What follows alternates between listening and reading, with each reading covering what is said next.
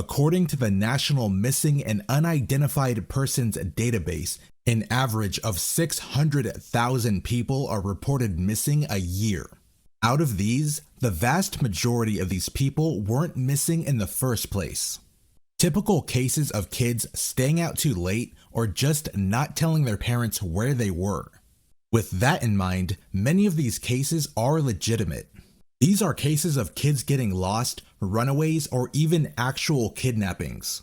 However, just under 100,000 of these cases are the ones I'll be talking about today. The cases where people seem to vanish into thin air and are never seen or heard from again.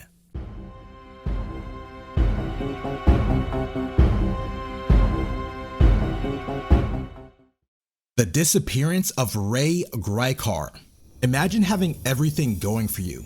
You live with the love of your life in your beautiful home, and to top it all off, you're a successful district attorney. It's springtime. Deciding it would be a great day to go out and see the area, you drive to a part of the city you are familiar with. You are never seen or heard from again. On April 15th, 2005, Ray Grykar met the exact same fate. After serving as Center County's district attorney for more than 20 years, Ray decided it was almost time to retire. He was taking more days off by handing some of his work to people under him and spending more time with family. After calling his girlfriend, he headed off to Lewisburg. That was the last time anyone had contact with him. His car was found 2 days later in the parking lot of a shopping mall. At first glance, this story seems like a simple case of a guy going missing. People vanish every day. What's so strange about this one? Well, this story has some elements to it that make it unclear what exactly happened to him. There are several theories here, the first of which is that Ray jumped off a bridge. Ray's brother Roy jumped off one in 1996. See if you can spot a few parallels with this one. Roy tells his wife that he is going out, never returns, and then his car is found abandoned 2 days later. The only difference with Roy is that his body was found in a river. No trace of Ray's body has ever been discovered. Is it possible that Ray chose to follow the same fate as his brother Roy? With that question in the air, we have several problems with this theory. First of all, Ray wasn't depressed according to his friends and family. He was planning to see his daughter in Seattle, planning trips across the country, was financially stable, and as stated before, was just about to retire. Maybe it's me, but this honestly doesn't seem like someone who wants to jump off a bridge. Not only this, but the water in the bridge he supposedly jumped off was simply too shallow that day. His body would have been found easily.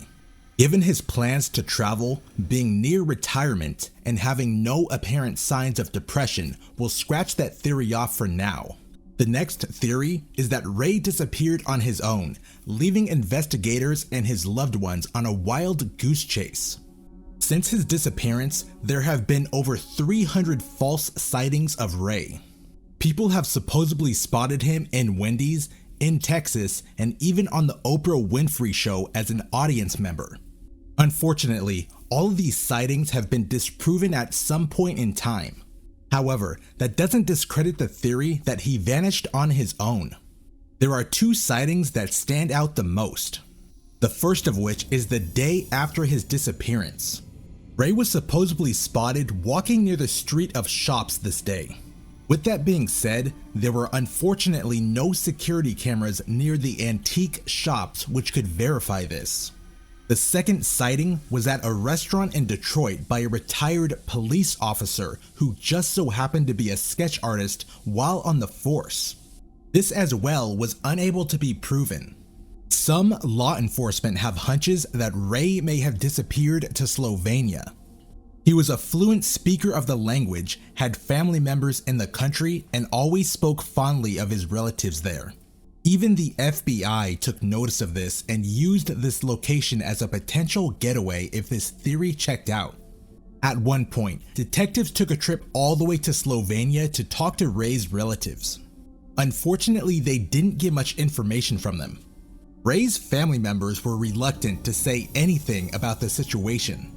The last and final theory we have is that Ray was murdered. If someone did cause the disappearance of Ray Grykar, then they definitely knew what they were doing. This would have been a professional hit job. It almost looks like one of the other two theories could be more plausible at this point until we consider the fact that there was cigarette ash in his car. Ray was not a smoker, and he never let anyone smoke in his car. 2 cigarettes were found near his vehicle. The DNA on them didn't match Ray's. Considering this, foul play seems more and more likely. With that in mind, former District Attorney Bob Buhner was eventually contacted by a prison inmate who explained that his cellmate was involved with Ray's disappearance. Ray supposedly went against someone who was in the Witness Protection Program. And going back to July of 2005, Ray's laptop was discovered to be missing shortly after his disappearance. It was later found by 2 fishermen with the hard drive gone. However, that was found a few months later by a mother and her child who were skipping stones in the river. The hard drive was sent to the Kroll On-Track lab in Minnesota. Just for reference, this is the same company that was able to recover data from the Space Shuttle Columbia disaster of 2003. We're talking about data which had been in an explosion at tens of thousands of feet in the air. Even this company was not able to recover the data. Unfortunately, the river water combined with the rocks and sand of the riverbank had degraded the mechanical components of the hard drive. Either somebody had a personal vendetta against Ray, or he knew something that was worth his life and they destroyed the evidence. Now, minus the missing body, mystery solved, right? Not quite. On his home computer, it was found that the missing DA was conducting searches for how to erase hard drives. To be more specific, his searches included how to fry a hard drive, and even more suspicious, water damage to notebook computer. Why exactly would Ray be searching for these things before being murdered? If he knew someone was after him and wanted to erase sensitive information, he would have notified the police, wouldn't he? Or at the very least, his girlfriend, so she could get herself to safety. Nothing about this story adds up. But what if we combine the first 2 theories? Is it possible that Ray faked his death in order to start a new life? It wouldn't be the first time someone had done that. As odd as it sounds, the clue may be in the novel 2020 Vision, a murder mystery which involves time travel. I won't spoil the plot, but what I will say is the date April 15th has some significance. The same exact date that Ray Grykar disappeared. This may not seem like much at first glance, but there are a lot of similarities between this case and the fiction novel. The protagonist is a middle-aged man near retirement. Ashes found also play a key role in the plot, and a character in the book even fakes their own death. Want to know the icing on the cake? Ray Grykar not only encouraged the author to write this book, but he consulted for her. Could it be possible that Ray got ideas from the book and used them in his own life? Regardless of the answer to that, the question is, what can we conclude from all of this? Nothing. Nothing at all. This case in particular is not a rabbit hole, it's a never-ending labyrinth. The deeper we go, the more lost we get. Anytime we think we found the exit, it turns out to be another dead end. This case has left not only investigators but the world scratching their heads for decades. Before I dive into this next segment, I'd like to pause and give you a chance to support this channel by purchasing the Junkyard Kids on Amazon. The Junkyard Kids, a full-length novel, follows the tale of a homeless group of outcasts living in an abandoned junkyard.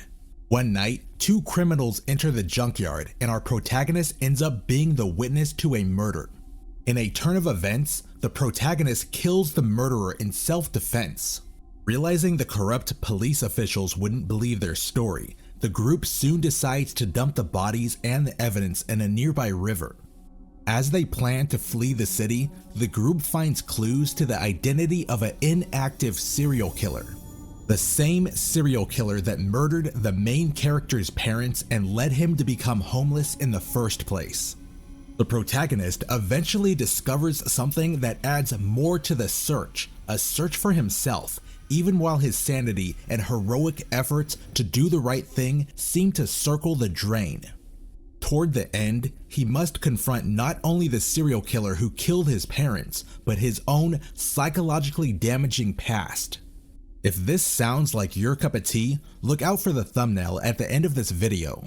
It'll bring you to a sample reading of the first few chapters.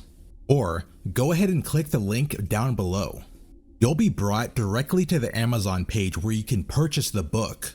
If you like the book, be sure to leave a positive Amazon review. Every review has a chance to be featured in one of my videos. Sherry Marler still missing. It's June 6, 1984 in Greenville, Alabama.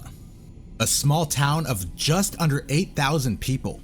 It's an ordinary day for an ordinary family, or so they thought.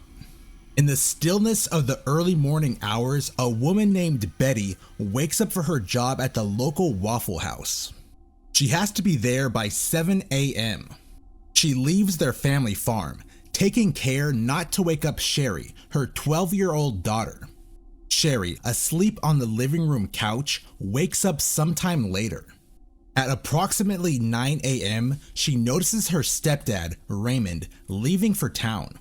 She races out the door toward his red truck, wanting to know if she could go with him. He agrees. Sweat dripping from her brow, Sherry enters the vehicle and the two ride off together. Half an hour later, they arrived at the bank. In the scorching Alabama heat, it wasn't surprising that Sherry said she was thirsty. After all, it was summer. Raymond gave Sherry a crisp dollar bill and told her to get a drink from the local gas station. He then went in the bank to sign a few papers. When he came back 15 minutes later, Sherry wasn't back yet. Strange, but nothing alarming. It was a small town. Maybe she ran into someone she knew and decided to have a chat. 25 more minutes went by and she still wasn't back. This is when Raymond became worried. He gave Betty a call at her job to see if Sherry had stopped at the Waffle House. She had not.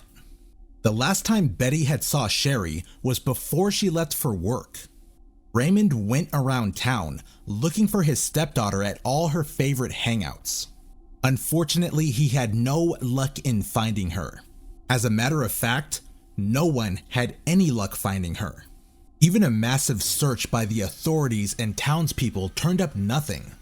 Missing person posters were handed out. The city and surrounding areas were combed.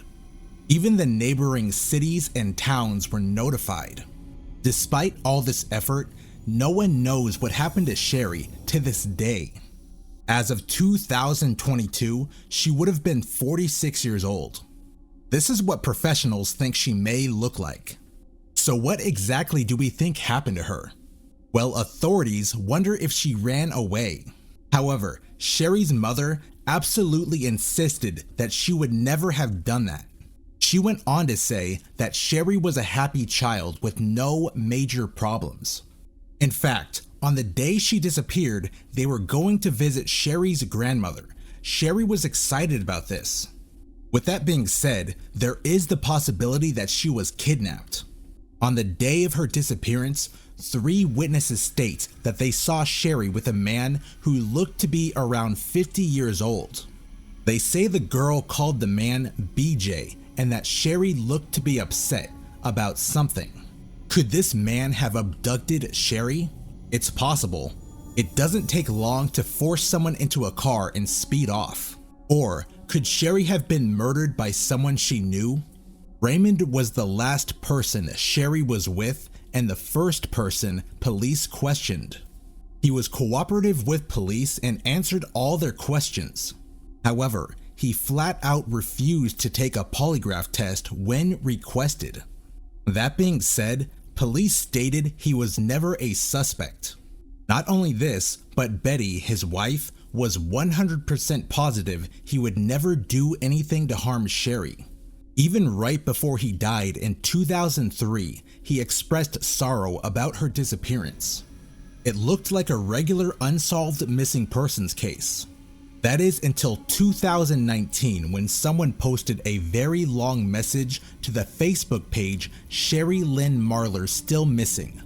The person had been working tirelessly for years to find answers to Sherry Marler's disappearance. These are a few bits and pieces.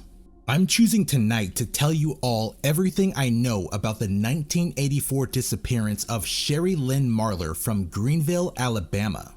We believe Sherry Marler was murdered and dismembered by someone she knew very well, not her stepfather, and thrown into a hog pen in Butler County.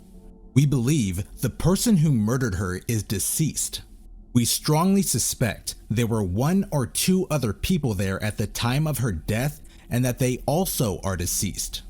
We strongly suspect she was pregnant at the time. We have documented video footage of working with 2 separate cadaver dog teams, one of which is highly and expertly trained to locate old human DNA, who gave us irrefutable confirmed hits on human remains where we have been looking for and digging all these years. The poster goes on, telling about how during her search, she was invited by an individual to come look at old photographs. This individual was suspected by the poster to be the spouse of the now deceased person who murdered Sherry. Upon receiving the photographs, the poster found this. According to the poster, she asked 6 different people what they saw in the picture, all of whom had experience and education in forensics. Every single one of them confirmed her suspicions. Despite the discovery, law enforcement has been reluctant to resume investigation. Unfortunately, due to their reluctance, no further evidence has been uncovered.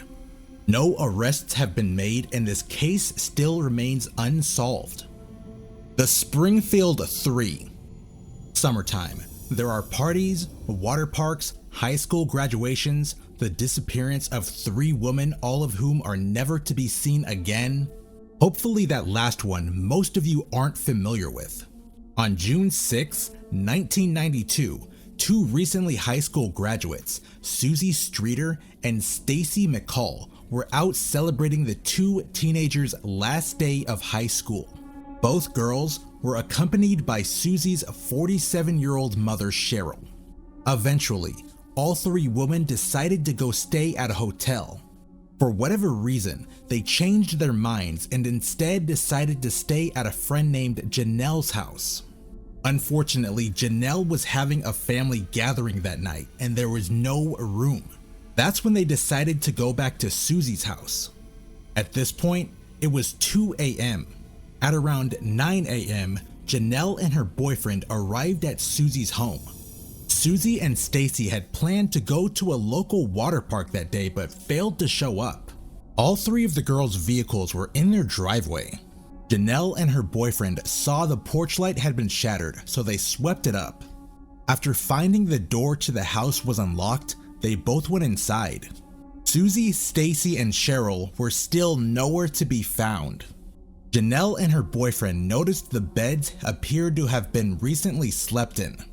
Cigarettes and a lighter were found on a table, which was unusual.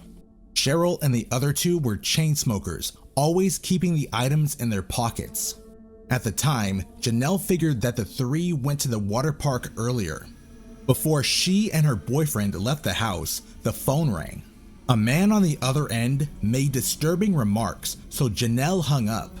It rang a second time and similar comments were made. Feeling uneasy, the 2 headed off to the water park in hopes of finding Susie and Stacy. Unfortunately, they did not. Around 5 p.m., Stacy's mother, Janice, grew worried and drove to Susie's home. After nobody answered, she entered the home. She was met with a television set displaying nothing but static. Even more curious, Stacy, Susie, and Cheryl's purses were in the middle of the floor, all perfectly aligned. She called the police and soon filed a missing persons report for all 3 ladies. In the following days, over 20,000 missing persons posters were hung around Springfield. Even to this day, no trace of the girls has ever been uncovered. Unfortunately, this case has been especially difficult due to many friends and family walking through the house and contaminating the evidence. So who are the potential suspects? Susie's ex-boyfriend Dustin Reckler and his friend Michael Clay had previously robbed a cemetery. The pair stole gold teeth from a corpse and vandalized a monument. It was discovered that Susie not only broke up with Dustin following his arrest, but gave a statement to police about the incident. Furthermore, she was due to testify against him in court. This court date was set to be 2 weeks after the disappearance of the girls. Is it possible that Dustin and Michael kidnapped and then murdered the 3 girls in order to stop the testimony? Friends of the pair reported that the two had said they wished Susie was dead. Along with this, neither of the two could give an alibi for the night of the disappearance. Despite this, both of them were let go. In the weeks that followed, police found a woman while going door to door who stated that she saw a green van the night of the disappearance. This van had a distressed woman driving who matched the description of Cheryl. The witness claimed she also saw a man giving orders in the passenger seat. After further investigation, the police found a paperboy who claimed he saw the van outside of Cheryl's house the same night. Police bought a van of the same make and model, painted it green, and parked it outside the police station in hopes that someone would recognize it. No one ever did. By this point, the case was growing cold. That is until 6 months later when someone called America's Most Wanted hotline to report some new information. The caller mentioned the name Robert Cox. In 1978, Robert Cox murdered 19-year-old Sharon Zellers. Robert kidnapped Sharon from a grocery store parking lot, then beat her to death, leaving her body in a sewage pumping station. He then returned to his hotel room with her blood smeared on his face. After being released from prison, Robert moved to Springfield and worked with Stacy's father as a mechanic. After the call to America's Most Wanted, people began speculating that he stalked Stacy, kidnapped her and her friends, and then killed them just like he did with Sharon. It looked like police finally had their lead. That is until Robert's girlfriend gave an alibi. And with that, he was promptly let go. Until 1995 when she retracted her statements to police, explaining that Robert had instructed her on what to say under the threat of violence. At this point in time, he was in prison once again and could do her no harm. While Robert was in prison, he claimed he was home alone on the night in question. However, he also stated, "I know they're dead. I will say that." He was never charged. In 2010, a private journalist paid to have a radar done over the parking garage which Robert was helping construct at the time the girls disappeared. What the radar found was chilling. 3 anomalies which looked similar to ones seen in a graveyard. Even with this, police refused to take samples from the concrete. So what did happen? Could the broken porch light have been nothing but a ruse to get the 3 women to come outside? It would be pretty easy to smash the glass, lure them to open the door, and then pull out a gun. Is it possible that Dustin and Michael are responsible? After all, they had no alibi. But would they really be willing to commit a triple homicide just to avoid a few months in county jail? What about Robert Cox? Could he have killed the 3 girls and then buried their bodies under the parking garage, knowing their graves would be cemented over? Unfortunately, no one knows. Even after 30 years, nobody is closer to solving this case than the weeks following the disappearance. There are many theories to this case, but at the end of the day, they are just that, theories. Not only this, but many of these theories contradict each other. Whoever is behind this knew what they were doing. Unless they confess or a new piece of evidence or eyewitness testimony is found, we will never know what happened to these girls. I hope you found this video entertaining or at the very least enjoyed it. If you did, Clicking the like button will help other people see it. And if you're on the fence about the book mentioned earlier, click the thumbnail on screen to hear a sample reading of it. That's all I have for now. Until next time.